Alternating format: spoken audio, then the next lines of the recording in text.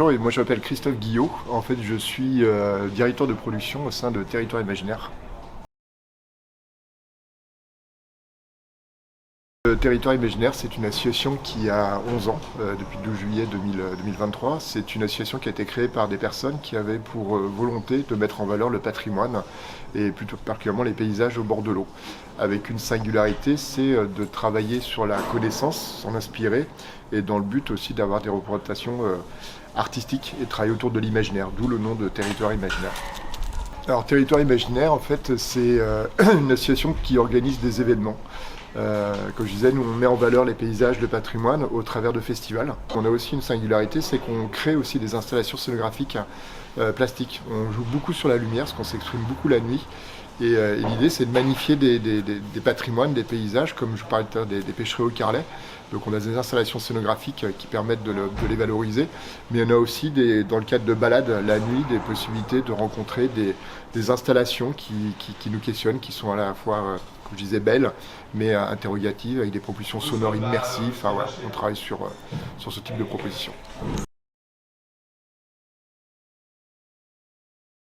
En fait, comme je disais, je suis directeur de production, donc ça c'est un métier, c'est lié à l'intermittence du spectacle, c'est un titre on va dire. Après moi concrètement, moi je programme en fait toutes les manifestations de Territoire Imaginaire et mon rôle c'est de coordonner toute la mise en place des projets. Donc ça va de la rencontre avec les partenaires potentiels sur les territoires où on va s'exprimer.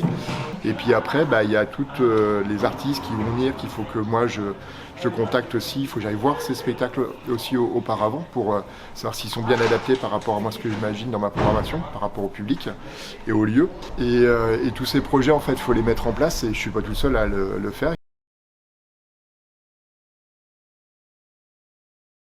Donc moi j'ai un parcours un peu atypique mais qui finalement est je trouve cohérent aujourd'hui. En fait moi j'ai baigné dans le milieu de l'événementiel avec un papa qui a créé notamment un événement sur une rivière à Nantes il y a une trentaine d'années. Et moi j'ai été bénévole et donc je me suis nourri en fait de tout ce savoir-faire qu'il m'a aussi transmis. Et puis à côté de ça, au niveau scolaire, moi j'ai fait une formation plutôt en comptabilité. Enfin, je peux aller bien loin, j'ai un BEP, mais enfin ça suffit en tout cas pour gérer une association. Et puis je me suis aussi lancé dans l'éducation populaire. Enfin, j'ai un diplôme, un brevet d'État d'animateur technicien d'éducation populaire avec une option milieu marin. L'idée, c'était de faire découvrir à différents publics la faune, la flore, les paysages au niveau maritime, mais plus par la connaissance.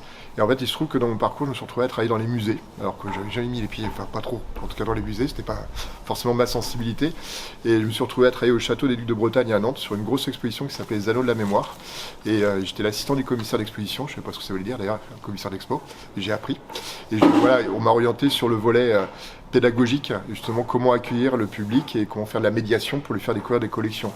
Et venant de l'artistique, venant aussi comment dire, du côté un peu ludique, de centre de loisirs, j'ai fait aussi beaucoup de colonies de vacances et ne fréquentant pas les musées, je me suis dit comment accueillir aussi un public et lui donner envie de découvrir des collections. Toujours de me dire comment on peut rendre accessible aussi un lieu, un patrimoine et comment mettre en appétit le public pour qu'il aille vers la connaissance, que tout le monde n'a pas envie d'aller vers la connaissance du patrimoine ou de l'histoire, etc. Et l'entrée ludique, l'entrée artistique, pour moi, a complètement sa place et pour moi, c'est un peu mon fil rouge. Aujourd'hui, après 13 années passées dans le milieu des musées, parce qu'après le château de Bretagne de Nantes, il y a eu un musée portuaire à Dunkerque dans le nord de la France où j'ai monté un service éducatif. Et après, là, depuis 20 ans, en fait, moi, je travaille autour des paysages, de leur valorisation. J'ai contribué à la création d'un festival qui s'appelait Les Rencontres du Fleuve, qui était un festival itinérant des arts et l'environnement en bord de Loire, d'Ancenis jusqu'à Saint-Nazaire, une grosse biennale en alternance avec Estuaire, la biennale d'art contemporain, mais nous on était plus sur un volet très artistique, aussi connaissance avec des travaux avec des collégiens, avec les associations locales. Enfin voilà, il y a tout un public qui était embarqué avec nous. Et puis après est arrivé Territoire Imaginaire. Et Territoire Imaginaire, c'est toujours pareil, c'est la rencontre entre la connaissance et puis les arts, et puis le paysage qui nous entoure. C'est vraiment ma démarche.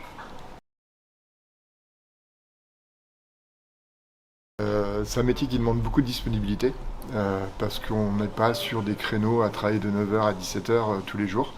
Faut aller voir des spectacles, faut se nourrir, faut rencontrer beaucoup de personnes.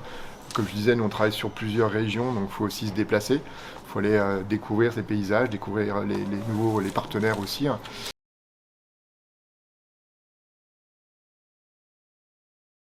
Après, moi j'ai pas l'avantage, ce que je trouve en tout cas dans ce projet, c'est de pouvoir rencontrer des personnes nouvelles.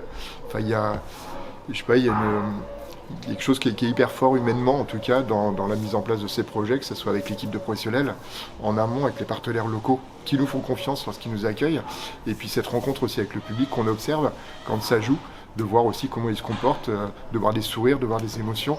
Enfin, c'est quelque chose qui est très touchant et qui m'anime dans mon métier.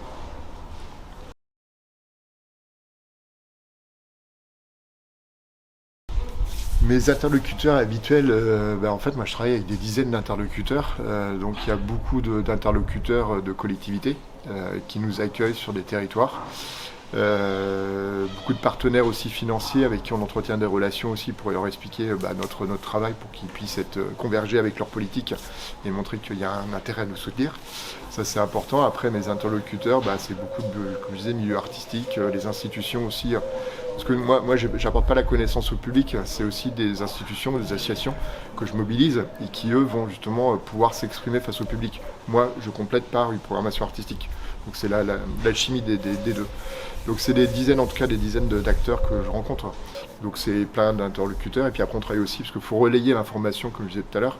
Donc il y a des outils de com, mais pour qu'ils arrivent en main propre ou qu'ils soient vus en tout cas, en format numérique, c'est les offices de tourisme intercommunaux qui nous aident aussi à la diffusion. Donc beaucoup de monde en tout cas, et c'est vrai que ça prend beaucoup de temps d'entretenir ces relations. Il faut de la disponibilité, encore une fois.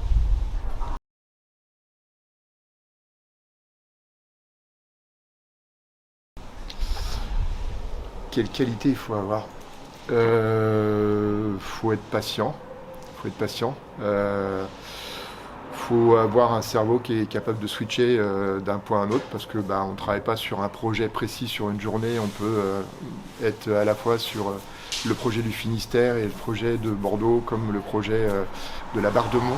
Voilà, ça switch de tous les côtés. On peut être appelé à n'importe quel moment ou recevoir des dizaines de mails par jour. Enfin, donc ça demande beaucoup d'organisation, ce qui n'est pas toujours simple, d'être structuré. Et puis en tout cas, ce qui est important, c'est d'être vraiment aussi à l'écoute des artistes, de manière à bien les accueillir sur le terrain et puis de bien relayer l'information aussi auprès des équipes qui m'entourent, de manière à ce que tout se passe bien sur le terrain, qu'on n'ait rien oublié.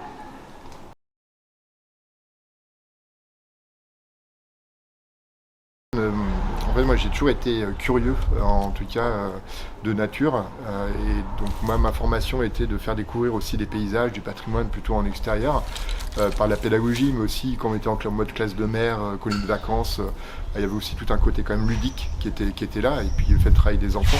Après le fait de travailler dans le milieu des musées, là c'est pas forcément là où je voulais aller au départ, mais du coup ça m'a donné envie de changer un peu les méthodes justement de découverte aussi des collections de musées et pas simplement d'être sur la visite guidée très classique. Moi j'aimais beaucoup travailler quand je travaillais dans les musées sur des mises en scène. Quand on découvrait un bateau, je mettais en situation les enfants où moi j'étais déguisé en capitaine tout simplement du bateau et comme c'était un navire-école, je les formais à la navigation et eux aussi étaient déguisés. Le but c'est pas, je pense de toute façon dans le milieu du patrimoine, le but c'est pas de passer milliards de messages. Donc autant qu'un gamin il soit parti dans l'imaginaire, qu'il soit représenté un monde, et puis s'il a pris 3-4 mots, c'est très bien. Mais au moins on leur a donné envie d'aller vers la connaissance et on leur a mis en appétit pour qu'il aille vers cette culture.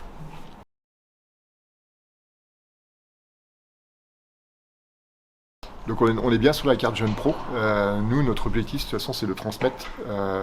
Donc c'est ce qu'on a au fond de nous. Donc on est tout à fait prêt à accueillir des jeunes pros.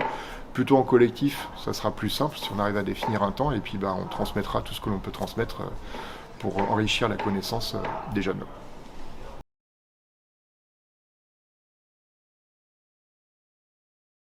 La filière du patrimoine, elle est très très large. Enfin, on peut très bien être conservateur d'un musée, on peut très bien être dans l'archéologie, on peut très bien être. Et puis le patrimoine, c'est sans sens large. Moi, je parle aussi patrimoine naturel tout à l'heure, quoi. Et puis il y a les métiers de médiation.